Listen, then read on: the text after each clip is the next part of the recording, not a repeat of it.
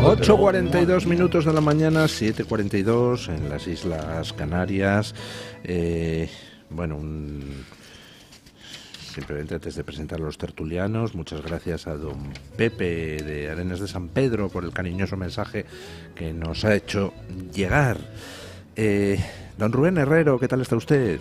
Muy bien, siempre fuerte de conciencia. Bueno, eso es importante. Don Iván Vélez, ¿qué tal está usted? Pues bien, la conciencia la tengo un poco ahora bajo mínimos porque tengo sueño, pero bueno, me iré espabilando. O sea, se quedó a ver el fútbol ayer. No. Ah, bueno. Ver fútbol he visto poco esta semana, aunque vi el partido que jugó el Real Madrid o en el que participó el Real Madrid. Ya se le quitaron las ganas de ver más fútbol. Sí, es que me dosifico. A mí no me pregunta, don Luis, si vi fútbol ayer. No, porque usted tiene tales ojos de sueño que estoy seguro de que lo vio. Sí, yo aparte formo parte del eje del mal y soy del Barça, o sea que disfruté muchísimo. ¿Cómo? ¿Que es usted del Barça? Sí. No me lo puedo creer, pero... Eso me dicen mucho. ¿Cómo puede alguien ser del Barça con su conciencia y con eso? Nos unen los toros. Que me Por supuesto, la afición a los toros, maravilloso. Y nos unen muchas más cosas. Hemos estado en un tendido. En un tendido, un tendido donde llovían orejas y rabos de toro como si no hubiera mañana, pero bueno, claro que sí. Iván y yo somos muy buenos aficionados a los toros y a las causas nobles. Bueno, ayer las bolsas pegaron un subidón de 3 pares de narices. 12% subió el Nasdaq, o sea, la mayor subida desde hace 17 años. Y subieron pues porque al final Trump lo que ha hecho ha sido aplazar 3 meses la entrada en vigor de los aranceles para todo el mundo, mientras negocia bilateralmente con cada uno de los actores las condiciones para reequilibrar las balanzas comerciales americanas, para todo el mundo menos para China, a quien le volvió a subir los aranceles en respuesta a la subida de aranceles que China había hecho, en respuesta a la subida de aranceles de Trump, en respuesta a la subida de aranceles de China, etcétera, etcétera, etcétera. En la práctica ya el comercio de China con Estados Unidos pues está prácticamente imposibilitado. Y lo que es más importante, Trump, y lo llevo diciendo varios días con los aranceles, más que la cosa económica perseguía otra cosa, una cosa política, que es que todo el mundo se retratara. ¿Con quién estás? ¿Con Estados Unidos o con China? Y ya, pues todo el mundo se ha retratado. Y en esas estamos. ¿Cómo ven ustedes todo lo que ha pasado en estos últimos días y lo que va a pasar, lo más importante? Bueno, la política arancelaria de Trump realmente servía al propósito de reequilibrar esa balanza comercial que Estados Unidos tenía en la mayoría de los casos con sus socios comerciales en negativo, y Donald Trump utiliza la política arancelaria como una herramienta para obligar a negociar a sus socios comerciales, que evidentemente, si no es por esta medida, no se sientan a negociar porque ellos tenían condiciones ventajosas en sus relaciones comerciales. A raíz de estos aranceles, lo que ha hecho Donald Trump es una demostración de poder, es decir, subo los aranceles y os demuestro que soy capaz de ponerlos en vigor, porque es fundamental de cara a una futura negociación conocer el poder que tiene Estados Unidos, pero lo que es más importante, la voluntad de utilizar ese poder. Y es lo que ha hecho Donald Trump. Cuando todo el mundo ha visto que lleva adelante aquello que prometió en su programa electoral, no nos olvidemos de esta cuestión, ya todo el mundo entra en razón y se dispone a negociar con algunas salvedades. En el caso de la Unión Europea, por ejemplo, ya sí están hablando de negociar aranceles, como les propuso Donald Trump en su primera administración, porque es que aquí hay que recordar que en la primera administración de Donald Trump propuso aranceles cero a la Unión Europea. Y la Unión Europea le dijo que no, claro, porque estaban acostumbrados a un desequilibrio importante a su favor en la balanza comercial. Y ahora, bueno, pues la cuestión de China, y es verdad que con China sí que habrá una guerra comercial en la que al final China cederá, porque China no puede renunciar bajo ningún concepto al mercado estadounidense. Y la Unión Europea terminará también por negociar con su socio transatlántico las relaciones comerciales. Y una última y breve reflexión para concluir. cuando ahora se ha hecho aquí de todo menos política, aquí de nuevo en España, se habla de los aranceles de Trump contra nuestro sector primario y otros sectores. Pero si ya estábamos arruinados antes de los aranceles de Trump, si la agricultura en España ya estaba arruinada por la Agenda 2030, por la Agenda Verde, por la política arancelaria, por ejemplo, contra Marruecos. ¿Sabían ustedes que Marruecos impone un 80% de aranceles a nuestro sector hortofrutícola y la Unión Europea le pone aranceles cero a Marruecos, a sus productos de dudosísima calidad, para que entren en la Unión Europea? Ya estábamos arruinados antes de los aranceles de Trump. Entonces, esto es importante comentarlo, que no son los aranceles de Trump, porque la bolsa de la compra ya estaba inasumible, la energía estaba inasumible, el combustible estaba inasumible antes de los aranceles de Trump. Esos precios de la botella de aceite de oliva virgen extra no tiene que ver con los aranceles de Trump, no tenía que ver con ello. Por tanto, bueno, pues estamos en lo de siempre, en desinformar para terminar de rodillas ante el mausoleo de un asesino como Ho Chi Minh y de otro como Mao Zedong. Bueno, yo lo veo siempre como una pugna entre imperios. Yo siento ser reiterativo, pero es que bueno, creo que además es una palabra que sé que es muy incómoda para muchas personas, pero creo que denota Creo que es perfectamente correcta. Pero es que es perfectamente correcta, eso es. Al final se han quedado solos los dos grandes bloques, o las dos grandes potencias, que no son Estados Unidos y la URSS, porque eso ya terminó, sino que son sigue siendo Estados Unidos. Y en este caso China, que ha pasado de ser, vamos, los que tenemos cierta edad lo sabemos, ha pasado de ser un sitio donde se confeccionaban baratijas prácticamente a un sitio donde la tecnología es muy pujante y que se ha constituido en una gran amenaza. Es cierto lo que dice Rubén, que el mercado americano para ellos es necesario, es absolutamente necesario, con lo cual esa pugna, ese es el pulso en el que estamos. Y entre medias de todo ese combate comercial, digo, está una cosa llamada Europa y otra cosa, que no son lo mismo, llamada Unión Europea. Bueno, pues esto va a ser un reto para la Unión Europea, porque la Unión Europea no es un macroestado, como mucha gente fantasea, sino que son un conjunto de estados con intereses no siempre convergentes. Lo que ha dicho Herrero es clave. El sector agrario español está completamente devastado desde hace mucho tiempo. Lo del aceite es cierto, el aceite ya costaba una pasta hace 2 años, me parece, ¿no? Y la amenaza, yo lo decía hace poco y siento la autocita en un artículo en la Gaceta, que a mí me preocupa un poquito más la amenaza, por llevarlo también al terreno de la guerra, que también está latente en el fondo, ¿no?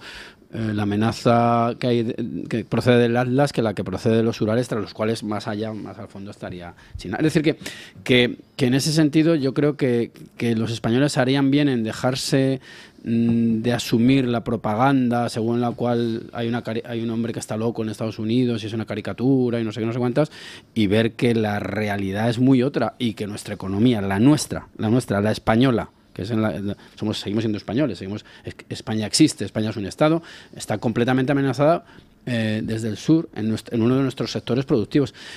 Y si no, pues nos tendremos que dedicar únicamente a ser un Estado o una nación dedicada a cuestiones de servicios, que la gente elija también lo que quiere en el futuro. Vamos, esa es un poco mi visión de todo esto. Es un pulso que se está manteniendo entre los dos imperios y veremos a ver quién gana. Estados Unidos quiere que se retrate Europa o las naciones europeas, no, por ejemplo. Es que la Unión farisea, a día de hoy, la Unión Europea ha dejado de ser lo que era y se ha transformado en una unión de fariseos.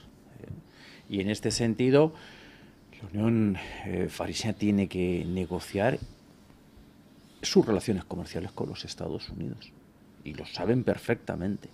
Y además, si les queda algo de inteligencia, que creo que no, porque están a otras cosas, están a negocios, están a sus pactos con las farmacéuticas, están a otras cosas, va a haber una fuga bilateral en las negociaciones, es decir, todos los países de la Unión Europea van a negociar bilateralmente sus intereses nacionales y sus relaciones comerciales con Estados Unidos. Nadie se va a esperar, salvo algunos ingenuos, y lamento ver que España será de esos, pero ¿cómo te vas a quedar a esperar una negociación colectiva? lo ha dicho perfectamente Iván, si es que la Unión Europea no actúa con una sola voluntad. Mira Meloni, como ha abierto ya el... Hombre, y le seguirá Orbán. Ha abierto el Meloni. Lo iba a decir, pero es que es un juego de palabras demasiado inmediato. Claro, a mí me gustan los juegos de palabras estúpidas. Y le seguirán, porque cuando se trata de intereses nacionales, tú tienes que defender tus intereses nacionales. La política exterior es una política intergubernamental de los gobiernos, gubernamental de los gobiernos, no es una política europea. Por tanto, cuando tus relaciones comerciales están afectadas, cuando tus intereses nacionales están afectados, tú no pones tus intereses nacionales en manos de Ursula von der Leyen, más preocupada de los negocios con Pfizer que de otra cosa. Entonces, lo que tiene que hacer cualquier jefe de Estado, cualquier primer ministro europeo, es negociar sus relaciones comerciales con Estados Unidos. Y esto lo sabe Donald Trump. Claro. Donald Trump sabe perfectamente que todo el mundo va a negociar por su causa y en su nombre. Uno por uno. Pero uno por uno y por otros, y todo lo que se pueda hacer, porque nadie va a dejar que sea la Unión Europea quien decida tu política comercial. Todos los países tienen sectores estratégicos que no pueden quedar en manos de Ursula von der Leyen. ¿Cómo va a negociar Ursula von der Leyen por nuestro aceite de oliva? La pena es que lo hará. La pena es que lo hará porque nuestros partidos del sistema... Como un francés negoció por el tema de Gibraltar con el tema de las negociaciones. El problema Brexit, que tenemos en España es que los dos partidos del sistema, Partido Popular y Partido Socialista, pues van a dejar que terceros negocien por nosotros. Cabe recordar su pacto infame en Europa.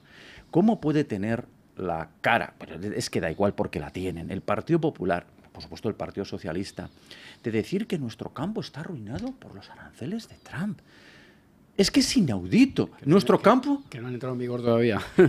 Nuestro campo está arruinado por la Agenda 2030 y su traducción inmediata, que es la Agenda Verde en el contexto de la Unión Europea, por la hiperregulación absoluta que arruina al campo. Una hiperregulación sin sentido. Cuando tú le explicas a agricultores, o a ganaderos, o a pescadores, cómo tienen que hacer el oficio que llevan haciendo por décadas, por generaciones, y vienen unos ecologistas de salón que no tienen ni idea de lo que es el campo, el mar, la ganadería, a decirle a un ganadero las 1001 reglas que tiene que aplicar. Las 1001 reglas que no le exigen a Marruecos y a todos los exportadores fuera de la Unión Europea. Sí, yo lo veo exactamente igual que tú. Es decir, cada país va a abrir su negociación, va a abrir su melón, como le gusta decir a Luis del Pino, ¿no? ¿Por qué? Pues porque siguen existiendo, porque ahí lo que hay es una abstracción de parte y por intereses muy concretos, según la cual pues Europa ya existe como una especie de gran Estado. Y no es cierto. No es en absoluto cierto. Y luego cuando hay problemas, digamos, de otra escala, aparecen gente que no son socios de ese club. En la cuestión del famoso rearme, el Reino Unido, bueno, que pinta, pero no se habían salido de Europa, quiero decir que aquí esas son realidades que existen, que son las naciones y que tienen intereses contrapuestos, y los italianos lucharán por su vino y su aceite, por poner un ejemplo, pero no en clave europea, sino en clave italiana. Y España lo que tiene que hacer, lo que pasa es que estamos en manos de esos señores que pactan todo y van de la mano en Europa, porque es que Europa es la estación término de muchos españoles, por lo visto, el paraíso, ¿no? Y dejarán que otros gestionen probablemente, porque es que es evidente que muchos de los problemas que aquejan a España no se pelean en Europa ni muchísimo menos. Estoy pensando en todo esto de los productos y de la diferente carga arancelaria, pero qué decir también de las cuestiones inmigratorias, pues lo mismo. Es decir, se hace todo con una perspectiva bruselense casi. Bueno, bruselense y suicida, porque todas las cuestiones que ha mencionado Iván, defensa, inmigración, relaciones comerciales, si no negociamos nosotros nuestras cuestiones, otros lo van a hacer en detrimento nuestro, porque evidentemente Giorgia Meloni, a la que, bueno, yo creo que los tres que estamos sentados en esta mesa admiramos profundamente, y buena parte de la audiencia de Radio Libertad admiramos a Giorgia Meloni. Giorgia Meloni va a hablar por el aceite de oliva italiano. Si tú le bajas los aranceles al aceite de oliva italiano y nosotros no negociamos nuestro aceite de oliva, el aceite de oliva que se va a exportar y se va a vender en Estados Unidos es el italiano. Por tanto, la situación es muy complicada para nuestros intereses. Pero como aquí la maquinaria político-mediática del Partido Popular y del Partido Socialista ya tienen un nuevo cuento que contar, que es los aranceles de Trump, con esto seguirán. Claro, lo que pasa es que el cuento se les ha acabado un poquito desde el mismo momento en que esos aranceles ahora están en suspenso. Está dentro de 3 meses, se inicia un proceso de negociación con la Unión Europea, que por supuesto quiere llegar a un acuerdo con Estados Unidos, por tanto, se acaba la excusa. Y ahora, si se nos aplican medidas de represalia, van a ser medidas de represalias centradas en España, no en la Unión Europea, si Sánchez persiste en su actitud de lanzar el mensaje de que, aunque la Unión Europea se haya situado del lado de Estados Unidos, él se quiere situar del lado de China, ¿no? Pero el problema es que los partidos del sistema no necesitan que exista una verdad objetiva como la que señala don Luis. Franco lleva muerto 50 años y siguen sacando el comodín de Franco. ¿Y a quién le importa ya? Bueno, pues sí que le importa a la gente. No, pues sí que le importa a la gente. Y el comodín de los aranceles de Trump... No mueve un voto a favor del PSOE Franco, pero vamos, bueno, desde hace 40 años. Tienen una acompaña, como mínimo, acompaña. Sí, tienen una carga mediática para desviar constantemente la atención. Eso es. ¿Qué es lo que van a hacer con los aranceles de Trump? Aunque los haya suspendido, ahora el Partido Popular ve un resquicio para atacar a Vox y dice, los aranceles de Trump. Es inaudito, pero la carga mediática que ellos utilizan es para desviar la atención. Y cuando Vox, un partido cercado mediáticamente y políticamente, un hecho inédito en una democracia liberal, intenta explicarse, empiezan aranceles de Trump, los amigos de Putin, cuando sí ha habido un partido en contra de Vladimir Putin es Vox, cuando ha habido un partido que ha intentado por todos los medios y ha señalado, estamos en contra de esos aranceles, pero tenemos que negociar con Estados Unidos y estamos seguros que vamos a llegar a un acuerdo con Estados Unidos, evidentemente. Claro, si pudiera ser esa intermediación, por ejemplo, de Santiago Abascal, que yo creo que en estos momentos ya no es que sea solo el líder de la oposición, porque el Partido Popular es una broma, sino que ya en este momento, de verdad, yo estoy seguro que buena parte de los líderes mundiales preferirían hablar con Santiago Abascal que con los actuales representantes del gobierno, como decir, bueno, vamos a hablar, como ya hace Javier Milei. La interlocución con Argentina es Javier Milei a través de Santiago Abascal. Y yo estoy seguro que Donald Trump diría, por favor, déjeme hablar con este caballero antes que con el que está en la Moncloa, porque el que está en la Moncloa se acaba de arrodillar ayer en el mausoleo de Ho Chi Minh, un asesino comunista de primera división. Pero ¿cómo puedes estar hablando aquí de nada de lo que se está hablando en torno a la profanación del Valle de los Caídos, la figura de Franco, y tú de rodillas ante el mausoleo de Ho Chi Minh, que trituró a sus compatriotas hasta el extremo, o el mausoleo de Mao Zedong, el mayor asesino en serie de la historia? Es que es inaudito. Bueno.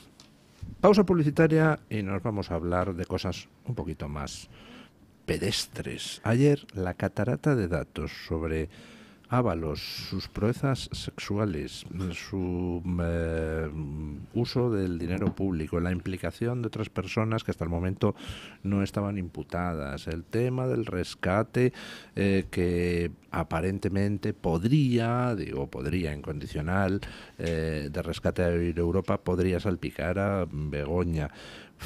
Lo de ayer era todo tremendo y además con muchos detalles cañís, porque como es un informe de la UCO lo que se ha filtrado, donde constan todas las comunicaciones entre implicados, pues te encuentras con cosas tan curiosas como a Koldo diciéndole a la presidenta de Adif, Pardo de Vera, oye, solucióname lo de Jessica porque si no Ábalos me corta los huevos. En fin, cosas muy avanzadas. Pausa publicitaria y vamos a ello. Bueno, yo no sé qué les llama a ustedes, queridos tertulianos, más la atención. Si Ábalos llegando con una caravana de mujeres al parador de Teruel para destrozar no quiero imaginar qué tipo de fiestuki, la suite principal.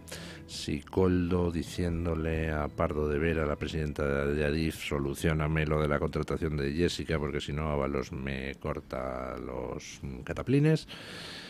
si mis Asturias amenazando a Koldo, que lo tengo todo grabado cuando la despidieron de la empresa donde Ábalos la había enchufado por 1.400 euros al mes, pues porque, en fin, debían de tener también otra relación. Si lo de Aldama diciéndole a Koldo que el de Air Europa había llamado a Begoña para desbloquearlo del rescate porque se estaba poniendo la situación muy complicada. Si los de los conservatorios de Extremadura reconociendo que meses antes de que saliera a la plaza del Hermanísimo como coordinador de conservatorios, pues todos sabían ya que era una plaza para el Hermanísimo. Es que uno no sabe por dónde empezar en esta maraña de corrupción. A mí lo que más me sorprende de todo es que mantengan esa intención de voto del Partido Socialista, así de claro. O sea, a mí lo que me sorprende es a qué nivel ya de sectarismo hemos llegado, pues que este partido no caiga. Y no por ser moralista, ¿no? Sino porque es que realmente es que es una detrás de otra, y todo pues es pues debe ser que en España el enchufismo gusta en muchos sitios, y al margen ya de cuestiones ya de otra índole, ¿no? Del tema de la prostitución, pero que también choca, por cierto, con alguna de sus banderas, ¿no? Del feminismo, vaya un feminismo, ¿no? Entonces, pero a mí lo que me sorprende es yo puedo entender, no justificar, por supuesto, ¿no? Los intereses de cada uno, absolutamente personales, pero el finis operantis, que se diría en otros ambientes.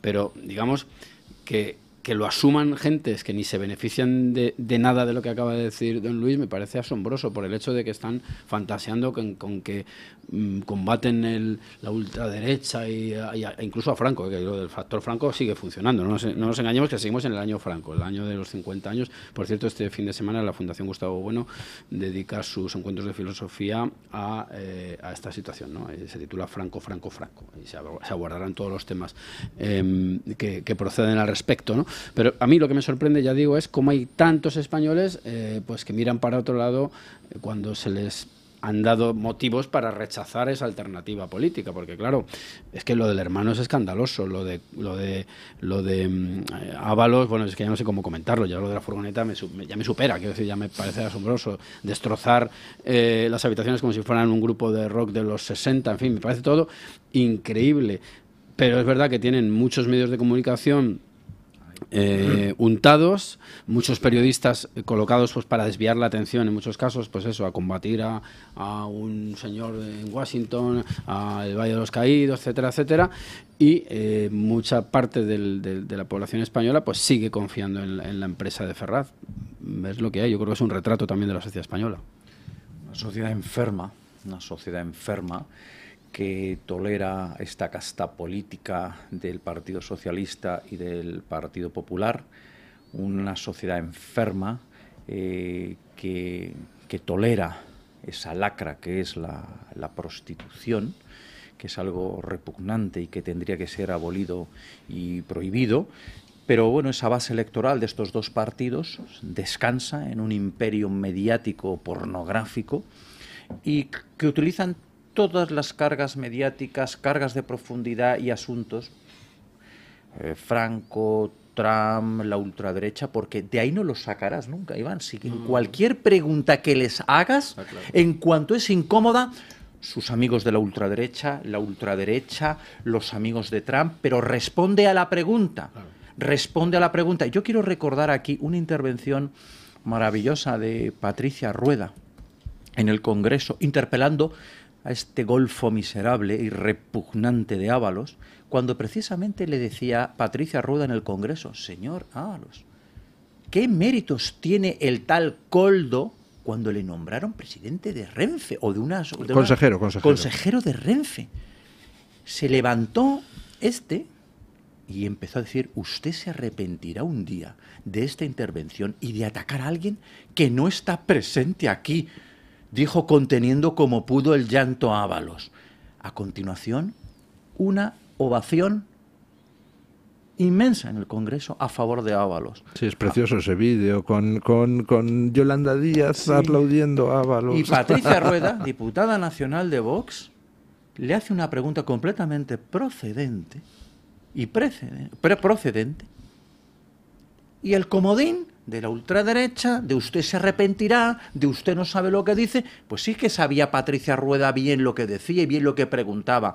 La situación es una sociedad enferma, una sociedad que mientras le siga quedando un último euro en el bolsillo para una última Coca-Cola, aguantará, y sobre todo sin dientes, rebuscando en la basura, sin poder encender la luz, pero no gobierna Vox. Esto es lo importante. Y han conseguido trasladar ese mensaje.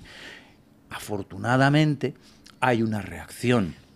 Afortunadamente hay una reacción y se puede ver que los más jóvenes, entre 18 y 34, consideran a Vox su principal opción. Que habría que decirle a los periodistas o participantes en las tertulias de los elegantes salones que hicieran, me gustaría que alguien hiciera la pregunta siguiente. Bueno, ¿y si gobernara Vox, qué ocurriría? Es decir, ¿qué ocurriría? Yo he tenido alguna discusión así con algún amigo y tal. Bueno, el famoso tema de los homosexuales, por ejemplo. Bueno, pero ¿cuáles son los derechos que tú no tienes? El tema de las mujeres, ¿cuáles son los derechos que tú no tienes? ¿Cuáles son los derechos que quiere cercenar Vox si llega al poder? Es que no hay respuesta para ello porque no existe tal intención. Entonces, me gustaría que alguien que tenga, que haga un llamamiento. De hecho, sería lo contrario. Por ejemplo, si Vox estuviera en el poder, los homosexuales recibirían menos palizas en las calles porque Vox pondría fin a la inmigración ilegal. Probablemente. Por eso digo. No, por eso digo. Entonces, es una situación verdaderamente asombrosa la que vivimos en España, porque se ha construido una imagen que no corresponde con lo que hay. Por ejemplo, las cuestiones del género. Bueno, es que eso no hay por dónde cogerlo. Es decir, la guerra de sexos no existe. No hay hordas de hombres matando a mujeres por el hecho de serlo. Pero más o menos es lo que te quieren transmitir. Y es asombroso porque Vox en absoluto lleva en el programa nada que se parezca a lo que se supone que dicen ellos que haría. Entonces es verdaderamente asombroso. Debe responder, pues eso, al sectarismo, a gente que vive también de este gran negocio que es el bipartidismo. Yo lo digo porque el PP es que no ofrece absolutamente nada. Es que yo ¿qué ofrece ese partido? El PP aspira nada. Simplemente a heredar un poder para no hacer nada. Claro, y entonces tengo que decir además que a esta caricatura nefasta que se hace de Vox se añade la censura completa. O sea, yo muchas veces pongo, por morbo muchas veces, por supuesto, algunos medios de comunicación, y es la secuencia de noticias es el PSOE, el Partido Popular, Sumar, o Podemos, o Junts. Y digo, hombre, creo que falta alguien ahí en la secuencia. Bueno, pues no pasa absolutamente nada. Supongo que hay unas directrices en los medios de comunicación para omitir el nombre. Bueno, es un truco más viejo que el hilo negro. Es decir, la ultraderecha, el partido de ultraderecha, la extrema derecha. Bueno, y en fin, no sé, cuando me parece que los ultras que hay en España, pues por ejemplo son EH Bildu. Partido respetadísimo por, bueno, el mejor socio que tiene el PSOE. Y es asombroso cómo esos medios de comunicación han sido capaces en gran medida de borrar la huella criminal de ETA. Parece que de aquello, Iván, claro, ¿qué dice eso de esta sociedad? Por eso yo decía que antes que lo que más me escandaliza. Yo ahí me resisto a culpar a la sociedad. Bueno, vamos a ver. Pues yo no. La sociedad, el votante medio es pues un ordenador. Tú ese ordenador y funciona muy bien. La gente es muy consciente y tiene mucho sentido común y al final evalúa las cosas y llega a la conclusión de aquí quien me conviene más a mí. Y la gente es pragmática y la mayoría de la gente es honrada en sus planteamientos. El problema es que si tú a un ordenador, aunque tenga un programa excelente, le alimentas con datos basura, las conclusiones serán falsas. El problema son quienes alimentan con datos basura. Hemos tenido unos medios de comunicación repugnantes. Pero nosotros también estamos alimentados con esa basura y reaccionamos.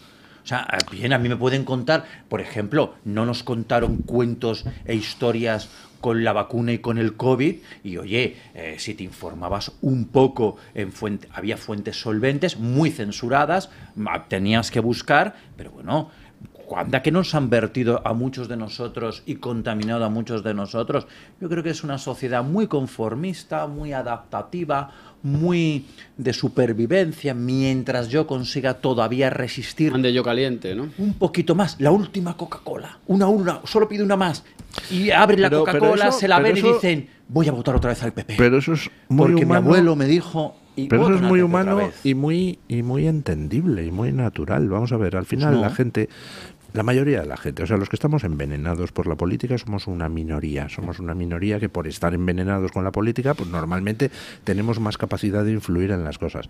Pero la mayoría de la gente, pues al final va a su vida y lo que ve es en la tienda lo que le cuestan las cosas y tiene los problemas con el niño que ha empezado a hacer no sé qué, leches, y lo que quiere es simplemente vivir en paz. ¿Dónde vienen esos problemas, don Pues Luis? hay gente Porque que se lo si cuestiona usted va a más. comprar una botella de aceite a 12 euros, igual cabría preguntarse por qué cuesta una botella de aceite de oliva 12 euros. Y hay mucha gente que se lo pregunta y por eso hay mucha gente que va abandonando a determinados partidos y poco a poco la cosa va cambiando. Resulta complicado y hay una inercia, pues bueno, pero que es normal, o sea, tampoco... Yo no lo veo vamos a, mire usted lo que ha pasado en Estados Unidos. En Estados Unidos han hecho falta muchísimos años para que al final la gente llegara al punto de saturación. En Argentina ha tenido que llegar al fondo del hoyo y ponerse a cavar durante decenios para que al final la gente dijera a tomar por saco. Pero ya veremos cómo acaba, por ejemplo, Argentina. ¿Por qué? Porque en Argentina el sector subsidiado es enorme y el problema, yo estoy de acuerdo en eso, efectivamente no todo el mundo está envenenado con la política y lo veo hasta bien, quiero decir, porque esto agobia en algunos casos, atormenta si se quiere, pero claro, hay que ver también de dónde proceden tus problemas más inmediatos.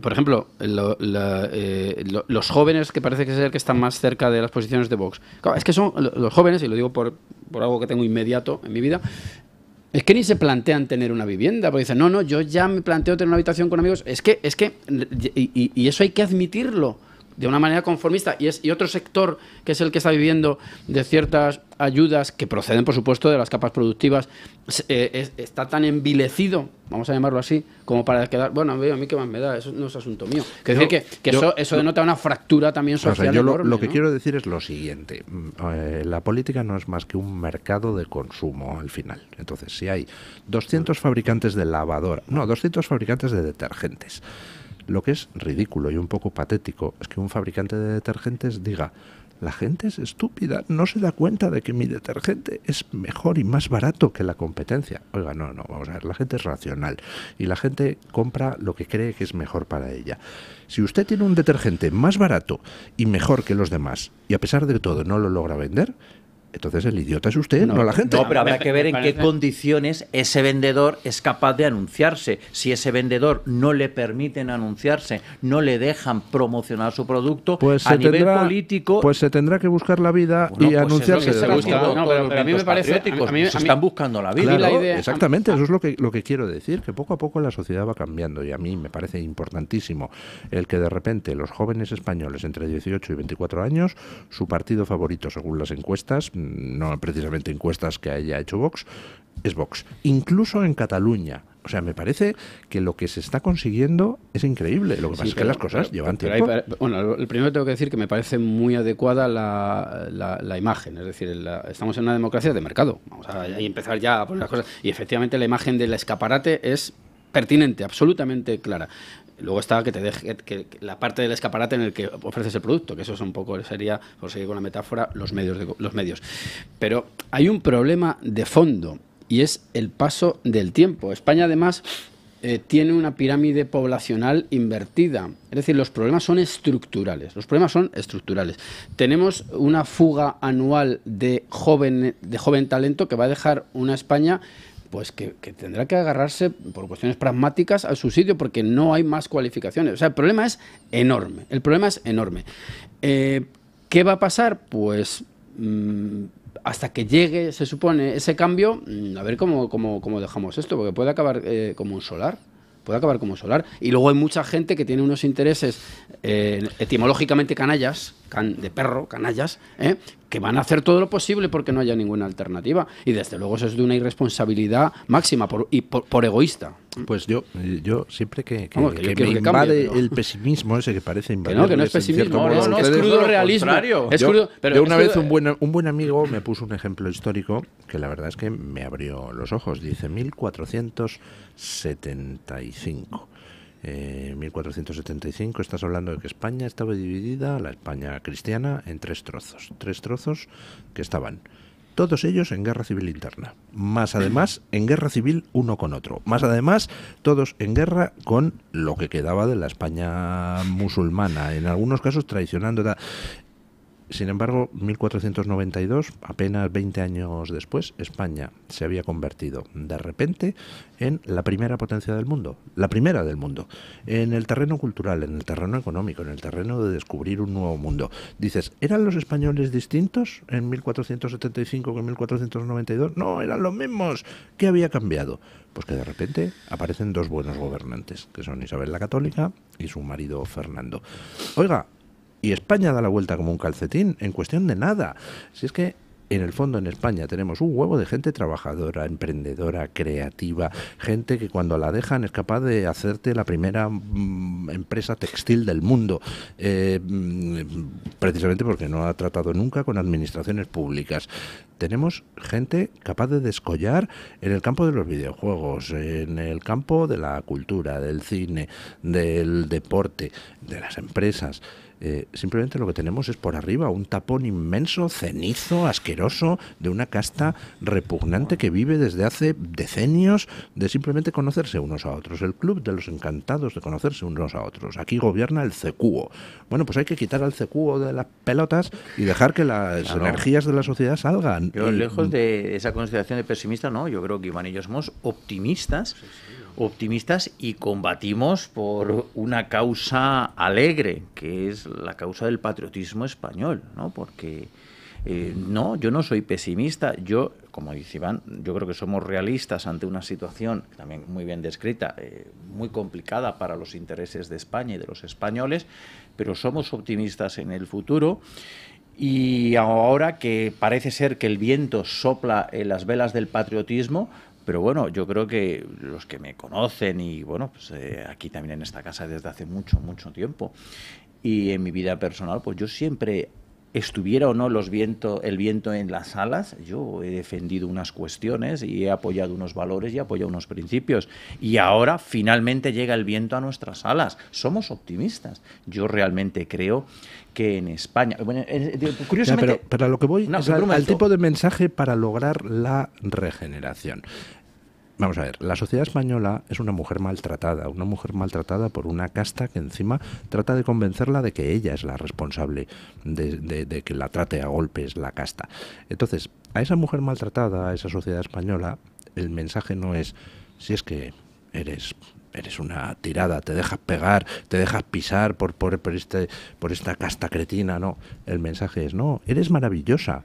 Y realmente puedes salir adelante. Simplemente lo que tienes que hacer es al maltratador decirle a tomar por saco. Claro, pero si es que precisamente frente, el ejemplo que voy a poner yo creo que es muy ilustrativo, frente a una agenda 2030 que maltrata, pues hay una agenda España, que es un sol de agenda. Y esto es ser optimista, creer que España está en la línea de cambiar y provocar una transformación de la realidad completamente necesaria y terminará por pasar. Si en España los medios de comunicación no se hubiesen comportado o cómo se comportan, hace ya años que gobernaría Vox en España. Por ejemplo, eso que usted está diciendo, completamente cierto. Hoy, pues yo siempre todas las mañanas repaso todos los medios de comunicación. Yo ayer me escandalicé mucho con la foto de Sánchez arrastrándose ante el mausoleo de un asesino de masas como Ho Chi Minh. Bueno, pues intentan ustedes buscar en los medios de comunicación esa foto hoy, en los medios de comunicación online, pues encontrarán esa foto en pequeñito, abajo. Dices, ¿por qué? O sea, demuestra tanto la podredumbre moral de este tío. ¿Por qué no se le da más bola? Pues porque los medios de comunicación hace tiempo que renunciaron en España a su labor de marcaje del poder, ¿no? Pero por completo, es que es pornográfico. el uso de los medios de comunicación por parte del poder, Partido Socialista y Partido Popular, es pornográfico. No diga usted eso, que como le oiga a José Luis Ábalos, compra unos cuantos medios de comunicación. Es que, de verdad, yo es increíble, ¿no? La podredumbre moral del partido del gobierno. Yo lo escoria como José Luis Yo lo que me Ábalos. pregunto es qué harían dentro de la suite del parador de Teruel para Pues comportarse destrozarla. como los animales que son. Es que no, vamos, yo me ha venido a la cabeza, ya digo, eso, esas míticas destrucciones de suite de los grupos de rock de los años 60 y 70, ¿no? Porque, no sé, me ha venido a la cabeza, yo qué sé, Jimi Hendrix quemando la guitarra en el escenario, no sé, una cosa extraña, no me imagino yo a Ábalos, no sé, no me da el perfil de... Bueno, no, Ábalos bueno, a lo lo que mejor tiene es estaba un un poco... perfil repugnante. Sí, no. Un miserable que explota mujeres, que se aprovecha de estados de necesidad, y así les va. Y es un partido con esa doble moral. Yo voy a recordar otro caso también en el Congreso, que esto es importante. Hace un tiempo, un amigo y camarada, Carlos Hugo Fernández Roca, diputado nacional de Vox, Sí. abandonó su escaño acusado falsamente de violación. El día que este amigo mío y camarada, con el que estoy escribiendo, por cierto, ahora un libro, abandona el escaño, recibió todo tipo de injurias, calumnias e insultos por parte de Adriana Lastra, Irene Montero y toda la patulea general. 4 años después, unos años después, completamente inocente, en primera instancia, había sido acusado falsamente. Y ahora, por cierto, él ha denunciado a la denunciante. Sí, él ha denunciado. Y es ese tipo de comportamientos que no se produce porque la gente, cuando ya se libra, se va y dice, Bueno, ya, me quiero olvidar, pero en cambio, Carlos lo que ha hecho es decir, no, tú vas a pagar lo que me has hecho, tú me has destruido a mí la vida, profesional y socialmente, tú tienes que pagar por lo que has hecho. ¿Quién ha pedido disculpas a Carlos Hugo Fernández Roca? ¿Quién le ha dicho, de rodillas te pido perdón por haberte llamado violador, maltratador, Pues le miserable? digo quién, los mismos que le han pedido perdón a Ignacio Garriga por hacerse eco de denuncias absurdas de que estaba malversando el dinero del grupo que Vox salió en ayer la Cataluña. noticia, creo. Pues nadie. Y todos estos que insultaron a Carlos Hugo, pues ahora resulta, fueron los que aplaudieron en pie durante más de 100 segundos, minuto y medio largo, a Ábalos, un repugnante individuo, y son los mismos que ahora callan como puertas con la absolución de nuestro conocido. ¿Recuerda usted amigo. ese debate en la televisión valenciana, creo que era, donde estaba González Pons y estaba Carlos Flores Juberías? Y Carlos Flores Juberías fue muy al principio de que saltara en los medios el caso Ábalos. Pues sacó el tema de Ábalos y de sus juergas y de sus presuntas corruptelas. Y quien salió a responder a Carlos Flores Juberías, el diputado de Vox, no fue la del PSOE, dijo González Pons. Déjame a mí, tú no has querido responder, pero yo voy a salir a defender a José Luis Ábalos. Y salió a defender a José Luis Ábalos, González Pons. Sí, González Pons tiene el cerebro ya frito de los cuentos pornosos que escribe para horteras de bolera, y así ha acabado. Es que eso es el Partido Popular. Es un desubicado con el cerebro frito, que es Esteban González Pons. Pero que es que el Partido Popular está votando con Bildu excluir a Vox de la escena pública. Sí. Es que están en esto. Es que dicen que asesinar a un niño en el vientre materno es un derecho. Y no lo dice una concejal de un pueblo perdido. Lo dicen cargos públicos del Partido Popular, desde Cuca Gamarra a los cargos públicos en Extremadura y en Andalucía. Están en esto. Y esto es gravísimo. La renuncia a la causa de la vida. Bueno, y ahora con todo el show de la resignificación del Valle, la profanación del Valle. Ya han profanado 2 tumbas, las de un soldado de España y la de José Antonio Primo de Rivera. Y ahora van con la profanación de un espacio sacro, con la connivencia de la conferencia. Bueno, episcopal. gracias por decirlo. Iba yo a saltar al ruedo a decir, oye, que siempre hay colaboradores. No, claro, necesarios. Con la connivencia de la conferencia episcopal y del Partido Popular, que no se ha hecho abstiene nada. en todas las votaciones de la falsificación de nuestra historia, y se abstienen o apoyan directamente, en este caso creo que sí apoyaron, la ilegalización de la Fundación Nacional Francisco Franco. No, creo que se abstuvieron. Bien, pues bueno, en cualquier caso, los tibios, vomitados por la Biblia igualmente. Y dijeron, esto es inaudito, un partido fundado por un franquista mayor del reino, como era Manuel Fraga Iribarne, y por los famosos 7 Magníficos, y por Luis Suárez, un partido que llevó en sus listas a Arias Navarro. O sea, estos son antifranquistas, dicen que son antifranquistas. Bueno, ya se retrataron, y lo digo porque recientemente he estado mirándolo, con la ley de memoria histórica, que además les señalaba luego a ellos, como ellos quieren quitarse la etiqueta de franquistas, pero claro, con su actitud acaban recibiendo el adjetivo de franquistas, que además les inquieta muchísimo, por eso pues se abstienen, no saben, en fin, no tienen una filosofía de la historia solvente pues para enfrentarse a estos problemas. No es que el PSOE la tenga, pero sí que es cierto que el PSOE maneja muy bien esa propaganda, porque tú dices que el PP procede, bueno, o tuvo muchos cargos franquistas en sus filas iniciales, sí, por supuesto. Bueno, como si el PSOE no tuviera ningún contacto con el franquismo, hombre, las líneas genealógicas están ahí. O como si los alcaldes franquistas no hubieran pasado en Cataluña directamente del franquismo a Junts, a Convergencia. A eso me refiero, quiero decir que ahora que estamos en el año Franco y tal, las continuidades son frecuentísimas, son enormes, porque hubo transición, no ruptura, hasta la propia palabra lo insinúa, de la ley a la ley. En fin, todo eso está ahí, pero como hay un partido, en este caso el PP, que no es que tenga que ser ni franquista ni antifranquista, sino tener un discurso sólido para saber que la España actual es una transformación del Estado que más o menos fragua sobre, por supuesto, otros escombros el régimen franquista. Pues como no quieren saber nada de eso, eluden la batalla. ¿Y quién la gana? Pues el partido que tiene más audacia en ese sentido, porque eso no se le puede negar. O sea, tienen audacia, rostro, bueno, depende cómo lo quieras calificar. Porque maldad, astucia, falta de escrúpulos, quiero decir que hay un cóctel enorme. Se está hablando mucho hoy en esta tertulia de Ábalos, del círculo inmediato de Sánchez. Sí, claro. Se ha hablado número 3 del PSOE. Claro. Dos, ¿no? Vaya, estoy equivocado. Sí. No, está usted contando al presidente o presidenta. No. Bueno, pero en realidad mandar no manda, ¿no? Es figura decorativa. Bueno, pero era el 3. Bueno, 2 o 3 del PSOE. Diríamos que a lo mejor internamente sí podría ser el 2, pero realmente, bueno, 2 o 3. Pero bueno, 2 o 3 no estás hablando de un concejal de Villarriba. Es decir, todos los que están, digamos, afectados por todos estos casos, ahora judicializados, que esa es otra fórmula también para dar una patada adelante, en algunos casos, el tema de Begoña Gómez con cosas así, no, yo a ver si alguien me da una cátedra, no sé por qué no me la dan, me la den un rato, solo me hace ilusión, no, es una broma. Pero a ver, ¿usted tiene título superior? Yo sí.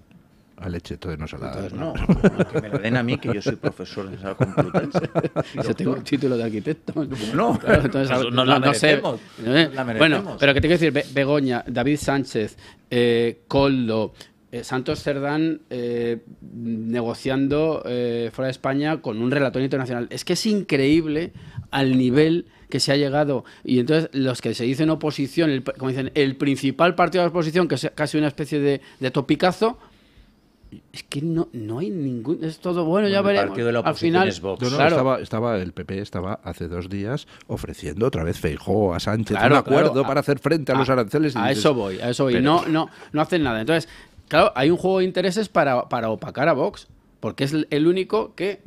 Por supuesto, no será un partido perfecto, pero es una alternativa. Pero es que no conviene, hay muchos intereses creados para que no haya alternativa. Es que en España el secesionismo tiene una cuota de poder enorme. Pero porque además se ha querido desde el principio, porque lo que habría que ir es a la raíz. Vamos a ver, cuando se fragua la democracia que nos hemos dado, dicen, es mentira, hay unos grupos de poder que ya estaban trabajando en los años 60 y 70 con bastante visibilidad, no nos engañemos, y esos son los que han establecido un régimen de privilegios y discriminaciones, y eso es lo que hay. Y en ese juego están desde el principio la llamada izquierda y la llamada derecha. Y a gestionar, en el caso segundo, ¿no? Dicen que gestionan, pues no lo sé. Bueno, el Partido Socialista y el Partido Popular son, como todos los demás del arco parlamentario, con la excepción de Vox, partidos que han venido a hacer negocios. Están para hacer negocios. Yo suelo decir la empresa radicada en Ferraz. Sí, no, bueno, y en Génova. En Génova, sí, por supuesto. Sociedad anónima registrada los dos. Han venido a hacer negocios. Y el ejemplo de todo lo que ha dicho Iván Es muy sencillo. A día de hoy, bueno, pues Vox es la tercera fuerza parlamentaria y el Partido Popular, bueno, pues no, en unas supuestas elecciones que hubiera, Vox mantendría esa tercera fuerza, subiría en apoyos. El Partido Popular está intentando por todos los medios que no entre Vox en gobierno. Eso es. Pero esta situación, bueno, si queremos ver la auténtica naturaleza del Partido Popular, pasaría en un supuesto: que Vox ganara las elecciones sin mayoría absoluta. El Partido Popular, en un ataque de histeria colectivo, pactaría inmediatamente con el Partido Socialista al gobierno, independientemente. Esto es el Partido Popular, que mientras Vox es la tercera fuerza, lucha porque no entre en el gobierno, no va a poder evitarlo bajo ningún concepto, porque Vox no es Ciudadanos. Y este es un primer paso para alcanzar el poder, entrar en un gobierno. Pero si Vox ganase estas elecciones generales sin mayoría absoluta, está claro lo que veríamos. Sí, sin duda. Y te añado más, te subo la apuesta. El PP está loco por poder sumar en un hipotético gobierno con el PNV y con el partido catalanista que toque, que en este caso sería Junts. Le quitas de en medio al fugado y seguramente, no, es que era un radical, pero con esto se puede dialogar. Esa es la corrupción en la que andamos chapoteando durante el último medio siglo en España. Y así de claro, están locos. Bueno, los guiños al PNV son obscenos, es decir, hablamos de obscenidades. Y a Junts. Y a Junts. Por eso te digo que en ese sentido están locos por eso. Y hasta creo que si esto se resuelve, quiero decir, con un enjuague, estarían a gustísimo. Y lo que tú apuntas como alternativa a una mayoría no absoluta de Vox en unas elecciones, difícil porque, claro, la maquinaria que se opone es enorme, la maquinaria mediática, pero la fuerza de los hechos nunca se sabe a dónde puede llegar. Yo creo que sí, que ellos estarían, bueno, por la gran coalición. Esa es la tentación que tienen, porque es que pueden levantarse alfombras muy incómodas. Sería inmediato. En el caso de una victoria de Vox sería inmediato. En el caso de que Vox permanezca como tercer partido, el Partido Popular no tiene otra más que llevar a Vox al gobierno con el peso sí, pero adecuado. Como haya una agónica posibilidad de que ellos hicieran gobierno con PNV y el CIU del momento, vamos, no te quepa ninguna duda. La moderación, el diálogo, que hay que entenderse, bueno, pues eso. En la mecánica ponsiana y Feijóo del Partido Popular, en sus mecánicas cuánticas, ellos sueñan con algo. Es decir, saben que sin Vox no habrá futuro gobierno de España, pero se la quieren jugar a esto, que no entienden nada.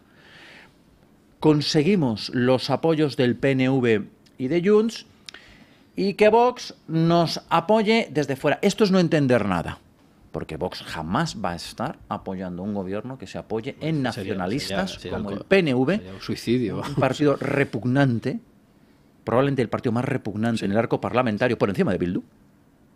Bildu son escoria pura y dura, pero a las claras son. Pero los otros son encima, te apoyo, pero no quiero ya ni asumir el desgaste en imagen que supone llevar a terroristas en las listas electorales, pero por favor, ¿dónde va a parar? Y luego quieren que Vox quede pues como en una isla apoyando, y ofrecerían, esto se sabe, pues que si alguna empresa pública, es que no entienden nada. Es que en el siguiente gobierno de España o es con Vox o no habrá gobierno de España, y no valdrá. Bueno, habrá gobierno de España, pero será un gobierno PP-PSOE. Ah, bueno, es que es lo que pueden hacer. Como en Alemania. No, si Vox es la tercera fuerza, yo no creo que pactasen con el Partido Socialista, porque saben que eso sí que tendría un coste muy grave, un coste grave, no muy grave, electoral para ellos. Ellos pactarían inmediatamente con el Partido Socialista si Vox gana las elecciones, no si Vox es tercera fuerza. Si Vox es tercera fuerza, no van a tener otra. Pero eso sí, Vox va a poner líneas rojas muy claras, como siempre hace, para entrar en un gobierno. Pausa publicitaria y rematamos la tertulia. Bueno, pues está Sánchez en China y ayer se producía una declaración explícita de uno de los ministros de Trump mencionando a España y mencionando que si alguien piensa, refiriéndose a España, que acercarse a China es buena idea, que estarían cortándose su propio cuello. A lo mejor hay algún mal pensado que lo interpreta como una amenaza a Sánchez. Yo debo de ser muy mal pensado porque creo que es una amenaza a Sánchez. Hombre, claro que lo es, claro que lo es. A ver, aquí lo fácil es decir, no, España tiene que hacer su propia política. Bueno, claro, por supuesto, pero hay que poder hacerla. Hay que poder hacerla. Y yo vuelvo otra vez a apelar a la estructura real del mundo, que la constituyen grandes estructuras políticas. Grandes estructuras políticas. De hecho, Rusia, aunque no es la URSS y ha perdido fuerza en algunos aspectos, su escala es una de sus fortalezas. Eso es absolutamente incuestionable. Y la escala de España es cada vez más pequeña porque además es una nación que por culpa de unas sectas muy concretas pues está en un proceso de autodestrucción. Pues, y no tienes fuerza. Y entonces tienes que elegir un socio u otro. Y luego además hay otra ficción, ¿vale? Que sí, que nos gustaría que España fuera muy potente, muy grande y tal, pero claro, si resulta que estamos en una especie de mercado persa, estamos viendo el tema de la quita, de la deuda, a unos señores a cambio de un rato más en la Moncloa, estamos viendo lo que se ha hecho con el Estado de las Autonomías, que es crear una especie de pseudoestados. Bueno, son estructuras estatales las que tienen todos en mayor o menor medida. Entonces, ¿dónde vas con eso? ¿Dónde vas con eso? Pues tienes que arrimarte a algún lado. Es curioso que el PSOE, que no se le cae la palabra diálogo y democracia de la boca, pues resulta que ahora se aproxima a la democracia china. En fin, es que estas contradicciones también, apelo también a algún tertuliano que va a los estudios más elegantes a que planteen esta contradicción, a ver qué dicen el resto de palmeros que hay en esas mesas colocados. Entonces, estas son las contradicciones a las que nos enfrentamos. Y entonces Estados Unidos, que no está dirigido por cuatro locos, porque no tiene sentido. Es que, claro, la idea de que estas grandes estructuras las manejan cuatro zumbaos, pues es ridícula, vamos, en todos los casos. Pero sirve bien a la causa de la carga mediática. Sí, sirve perfectamente. Pero claro, Estados Unidos va tomando nota. Quiero hacer también un recordatorio a una cosa que ha parecido anecdótica y en algunos casos hasta heroica.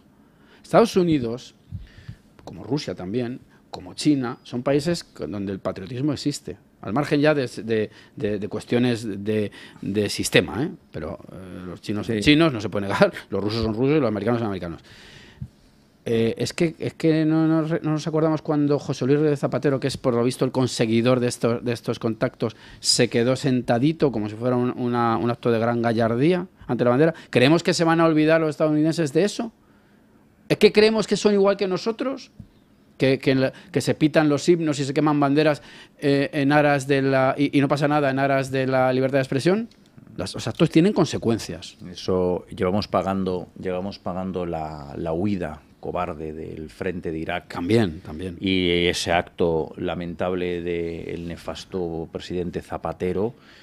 Llevamos pagando en política exterior desde entonces. Es que no hay política exterior. No, pero y lo que hay con Estados Unidos nos han hecho pagar y nos seguirán haciendo pagar, porque lo que tú no puedes hacer cuando eres aliado es huir como se huyó del frente de Irak y luego no levantarte ante la bandera de Estados Unidos. Llevamos pagando esa huida del frente iraquí desde entonces, un altísimo precio. No ha habido, que yo recuerde, ninguna reunión bilateral de presidentes de Estados Unidos. No sé si con Mariano Rajoy llegaría a haber alguna, pero es que yo ya no recuerdo.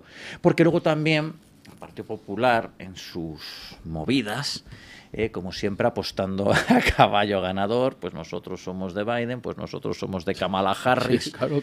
Claro, y resulta que cuando gana Donald Trump por tercera vez, sucede que, y he dicho bien, por tercera vez, sale el Partido Popular diciendo enhorabuena Donald Trump, aunque nuestra candidata era Kamala Harris. Vamos a ver.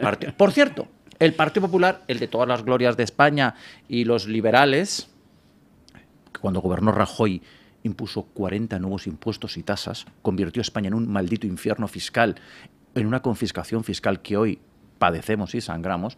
Partido Popular, de todas las glorias, que ahora lloriquea de aquella manera por el viaje de Sánchez a China, tenía hasta hace poco sus redes, exhibía con orgullo en sus redes sociales, en su página web, el acuerdo firmado solemnemente por Cospedal con el Partido Comunista Chino.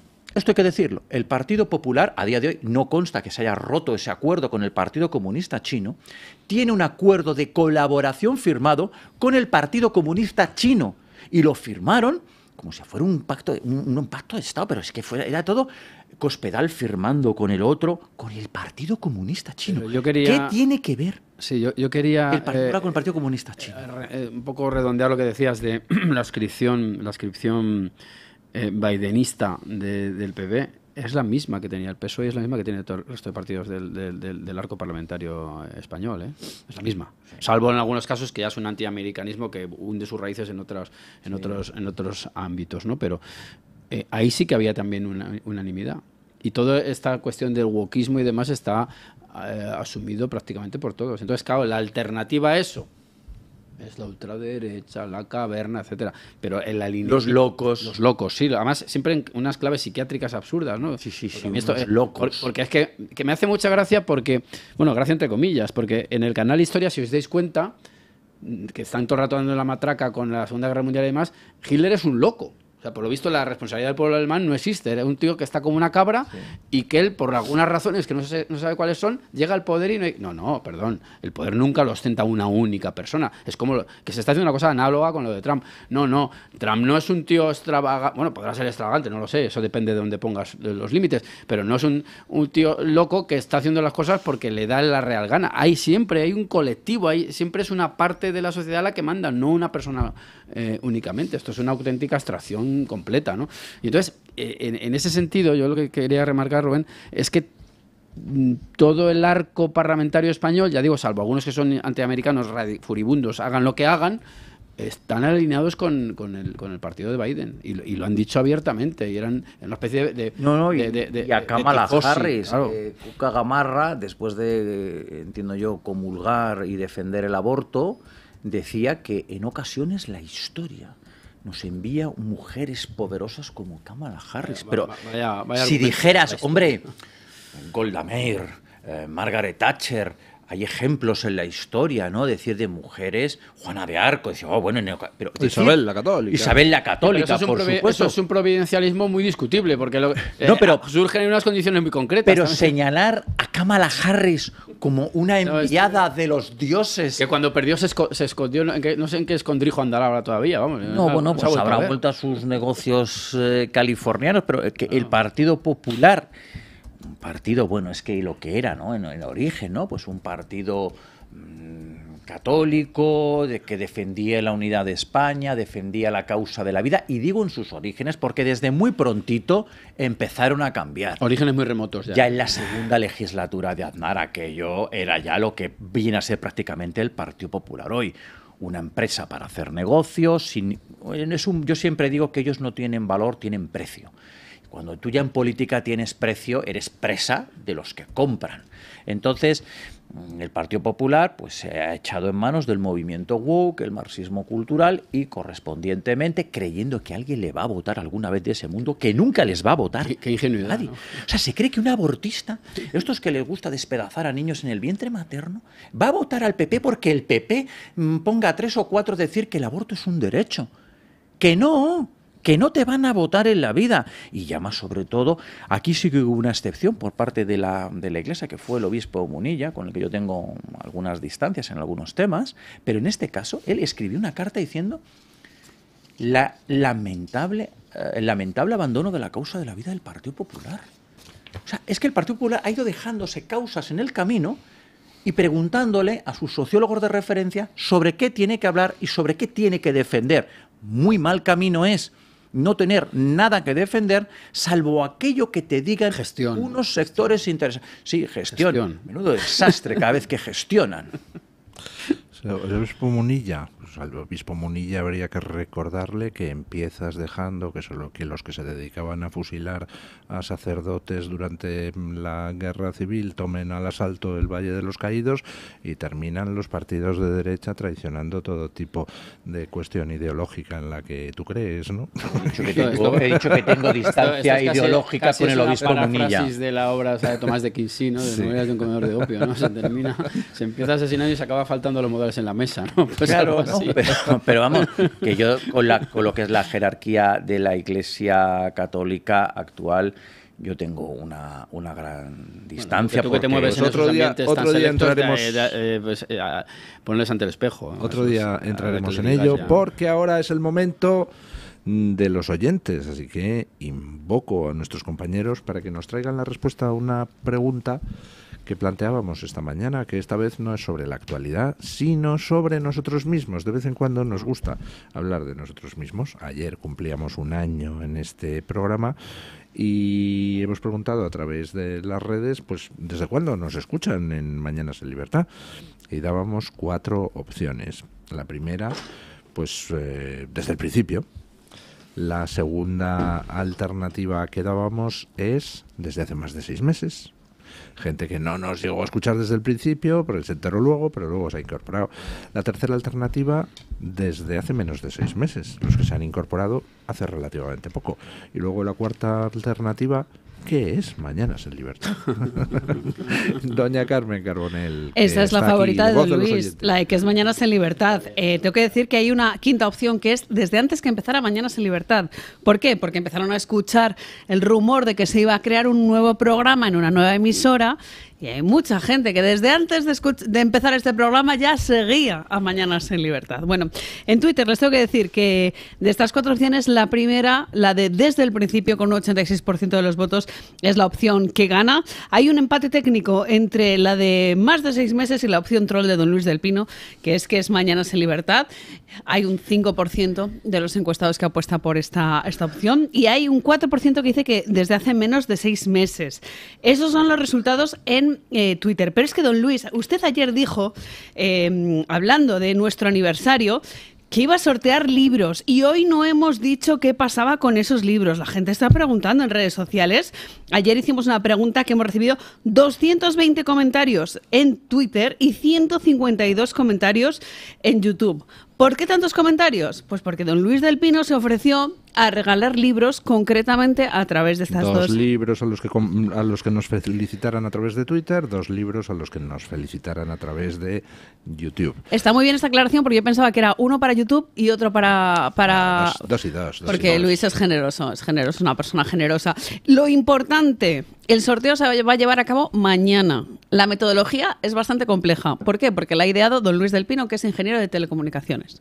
Y estas cosas es lo que tiene. Yo hubiera dicho una cosa más sencilla, métase en una aplicación y que sea automático, pero la metodología la ha diseñado don Luis del Pino y mi compañero Eric Gutiérrez, que es el único inocente que en el equipo, porque dijo, una mano inocente, pues dijimos Eric Gutiérrez, porque pese a que es del Barça, pues va a ser él el que lo ejecute. Ha entendido a la perfección el sistema y entonces mañana, don Luis, a esta hora... daremos los nombres de los 4 ganadores. Aún si quieren pueden... No sé si se puede concursar todavía o no. No, yo creo que no, ya pasada... Bueno, algún listillo... horas, no. Algún listillo puede colarse en esas respuestas. Además, era un poco complejo porque les contábamos en el programa de ayer dónde tenían que participar, que no estaba muy claro. Así que se tienen que escuchar el programa de ayer, colarse entre los comentarios. En fin, un poco complejo. Mañana, don Luis, lo dicho, con motivo de este aniversario, primer aniversario de Mañanas en Libertad, sorteamos esos ejemplares de don Luis del Pino, que me imagino que irán firmados. Hombre, claro, por supuesto, eso nos faltaba. Una cosa más. Qué mala educación, hombre. No, es que es un plus, va firmado, dedicado por don Luis del Pino. Bueno, pues hasta aquí hemos llegado, queridos contertulios. Don Rubén Herrero, que también, como don Eric, es buena gente a pesar de ser del Barça, hombre. Don Iván Vélez, que verdad que tiene un cierto aire italiano, don sí, Iván. No lo sabía. Pues sí, pero es del Madrid, ¿no? Soy del Madrid. Es del Madrid. ¿Qué le vamos a hacer? Bueno, muchísimas gracias a los dos por haber estado aquí. Ponemos punto final a la tertulia con don Paco Linares. Ayer, y le pedí disculpas en directo a don Paco, tuvimos problemas técnicos para emitir la sección de don Paco. Parece ser que en el Toro TV se vio bien, parece ser que en Twitter también, pero por la radio no estamos seguros de que se oyera bien. Yo aquí en el estudio escuchaba con eco, en YouTube salió mal. Entonces, pues hoy le he pedido a don Paco que no nos mandara una nueva sección y repetimos la suya de ayer, que creo que es importante, y porque hablaba de la limitación en España a medicamentos que son necesarios. Buenos días, don Paco. En España tenemos limitaciones para el uso de medicamentos. Buenos días, don Luis del Pino, gracias. Hablamos de medicamentos que en otros países se utilizan en patologías devastadoras como el ELA, la leucemia infantil y el cáncer de mama triple negativo y el metastásico. No hay apoyo social en los enormes gastos asociados a la enfermedad. En el ELA, por ejemplo, no hay desarrollo de cuidados paliativos, pero sí la eutanasia. Los niños con leucemia tienen un impacto a nivel familiar en gastos que no cubre el sistema, aunque algunas ONGs intentan cubrir estas deficiencias. Cuando hice el preuniversitario tuve un catedrático de física que era de origen navarro. Se llamaba don Jesús Marín. Hoy en día existe un centro de formación profesional en Málaga que lleva su nombre. Sus inmensos conocimientos científicos no superaban su fe católica y esto le ayudó a compartir su vida con el dolor por la muerte de su querida niña, su hija de 4 años que murió de leucemia allá por los años 60. La campaña de Leucemia Vete Ya pide implantar en España el protocolo europeo que ha conseguido una mayor supervivencia. Es el protocolo All Together que se aplica en 14 países europeos donde existen mejores índices de supervivencia. A la leucemia linfoplástica aguda infantil, el cáncer más frecuente en niños. Ahora vamos a pasar al ELA. El tratamiento de la ELA en España supone un coste de hasta 150.000 euros anuales por paciente. Es una enfermedad neurodegenerativa que requiere una atención transversal y personalizada de cada paciente. Casi 6 meses después de la aprobación de la ley ELA, la norma sigue sin recibir la financiación prometida. El gobierno de Sánchez admite que no dará ayudas a los enfermos de ELA hasta que se aprueben los presupuestos generales del Estado. Otro día hablaré del cáncer de mama metastásico. Hay 7 fármacos sin financiar. Y yo pregunto, ¿en qué se gasta el dinero el gobierno español? Gracias a los ilustrativos documentos proporcionados por el doctor don Manuel de Mora para este espacio. Don Manuel de Mora fue jefe del servicio de cardiología del Hospital Carlos Haya de Málaga. Y un recuerdo muy especial al catedrático de física don Jesús Marín, que descansa en paz. Mañana, más y mejor. Punto final.